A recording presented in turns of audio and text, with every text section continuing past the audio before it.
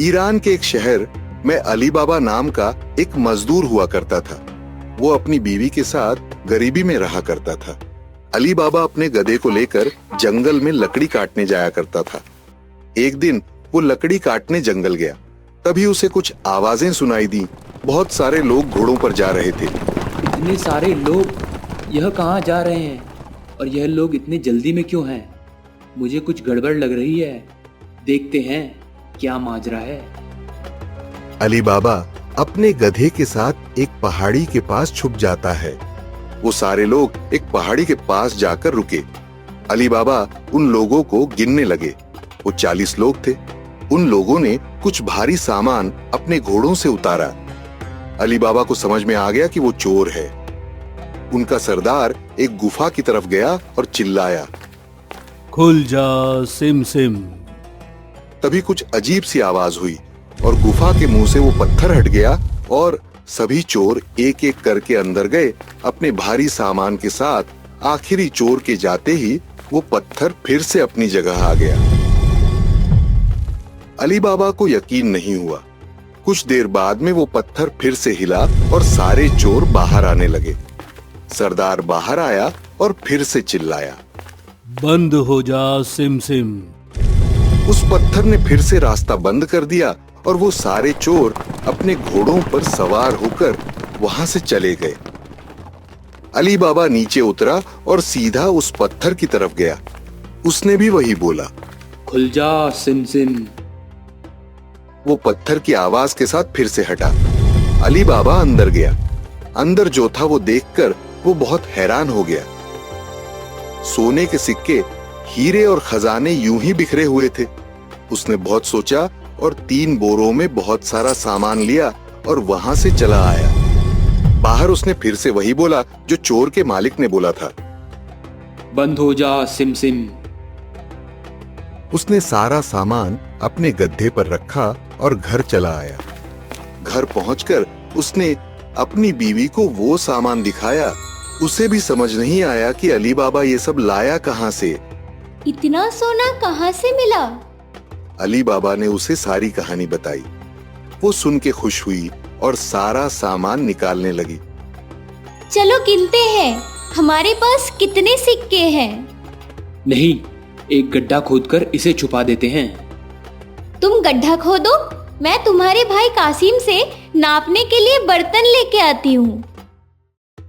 अली बाबा का भाई कासिम बहुत अमीर था पर लालची भी था। वो कभी अली बाबा की मदद नहीं करता, इसलिए अली बाबा ने बोला, सिक्कों के बारे में किसी से कुछ मत कहना, किसी से भी नहीं। उसकी बीवी कासिम से नापने का बर्तन लेने वहां गई।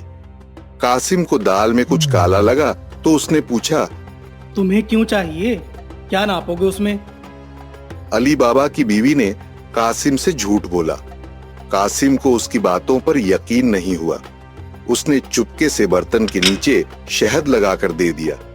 उसी बर्तन में सोने के सिक्के नापने लगे दोनों और फिर सारे सिक्के दफना दिए। उसके बाद अली बाबा की बीवी कासिम को उसका बर्तन वापस करने गई, पर उसने देखा ही नहीं कि बर्तन के नीचे सोने के सिक्के चिपक गए हैं। उसने ये बहुत गलती कर दी। कासिम को बर्तन मिलते ही उसने नीचे की तरफ देखा। सोने का सिक्का देख के वो हैरान रह गया।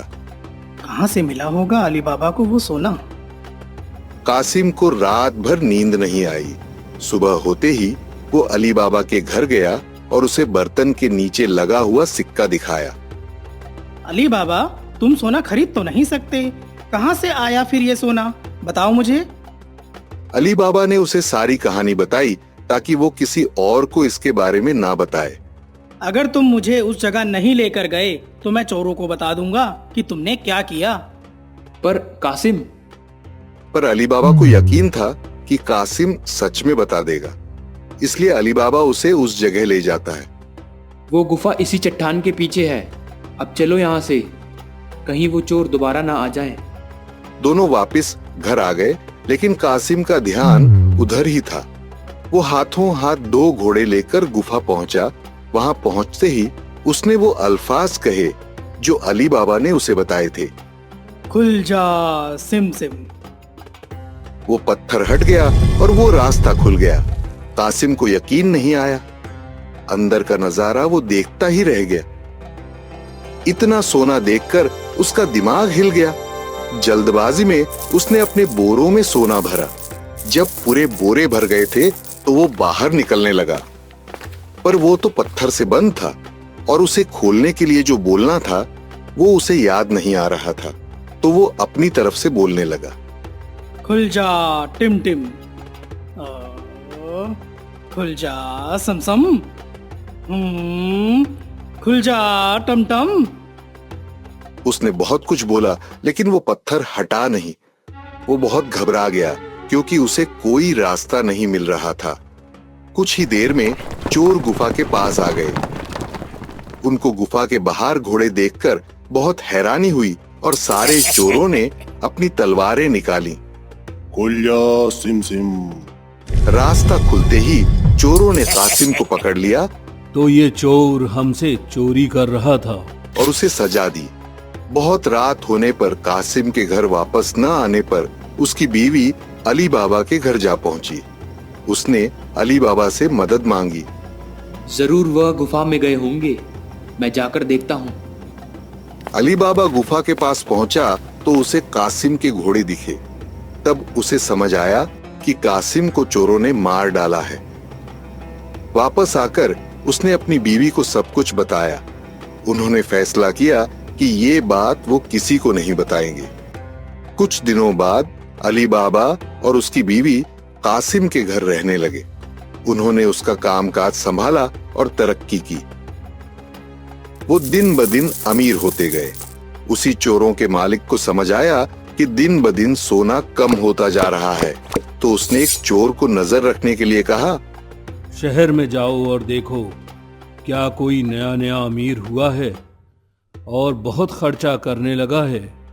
उस चोर की नजर अली बाबा पर पड़ी जो सोने के सिक्के लेकर बाजार में घूम रहा था।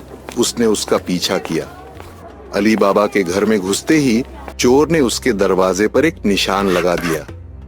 शाम को जब कासिम की बीवी पानी देने गई तो उसने वो निशान अपने ही दरवाजे पर बना देखा। उसे समझ में आ गया कि कोई मुसीबत आने वाली है, तो उसने रंग लेकर सारे दरवाजों पर ऐसा ही निशान बना दिया। रात होते ही 40 चोर अली बाबा का घर ढूंढने के लिए आए। तब उन्हें सारे दरवाजों पर एक ही निशान दिखा। हार के वो वापस चले गए, पर चोरों का सरदार बहुत चालाक था। उसने हुलिया बदल के उसे ढूंढना शुरू किया और चुपचाप वो पहुंचा अली बाबा के घर। उसने खटखटाया तो अली बाबा बाहर आए। मैं बहुत दूर से आया हूँ। मैं तेल बेचने निकला था। सुना है कि आप यहाँ के बहुत अमीर इंसान हैं। तेल बहुत अच्छा है, क्या आप खरीदेंगे?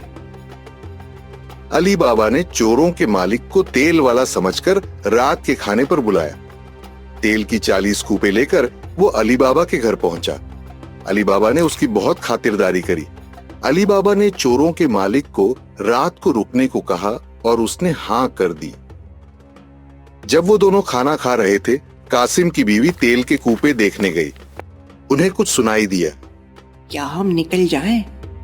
तब उन्हें समझ आया कि इनमें तेल नहीं बल्कि चोर छुपे हैं, और उसे समझ आया कि ये लोग क्यों आए हैं। वो रसोई में गई और तेल गरम करने लगी और हर एक कूपे में गरम तेल डाला।